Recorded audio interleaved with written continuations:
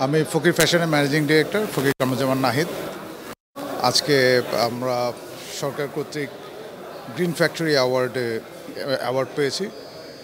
আর আসলে এই অ্যাওয়ার্ড পাওয়ার ক্ষেত্রে আমাদের ফ্যাক্টরিতে সকল কর্মকর্তা কর্মচারী যারা আছেন তাদের অবদান এখানে অনস্বীকার্য। দেশে যেই পরিস্থিতি আছে এবং আমাদের ইন্ডাস্ট্রিতে যেই সকল সমস্যা, অনেক ধরনের সমস্যা আমরা ফেস করছি, লট অফ চ্যালেঞ্জেস আমাদের ফেস করতে হচ্ছে এই ইন্ডাস্ট্রিকে সামনের দিকে এগিয়ে নেওয়ার জন্য। বাট এই মুহূর্তে গভর্নমেন্ট যে ইনিশিয়েটিভটা নিল, এই অ্যাওয়ার্ড আমাদেরকে উৎসাহিত করবে আমরা যাতে এই ইনভেস্টমেন্টগুলো আরও বেটার অপরচুনিটিতে কনভার্ট করতে পারি।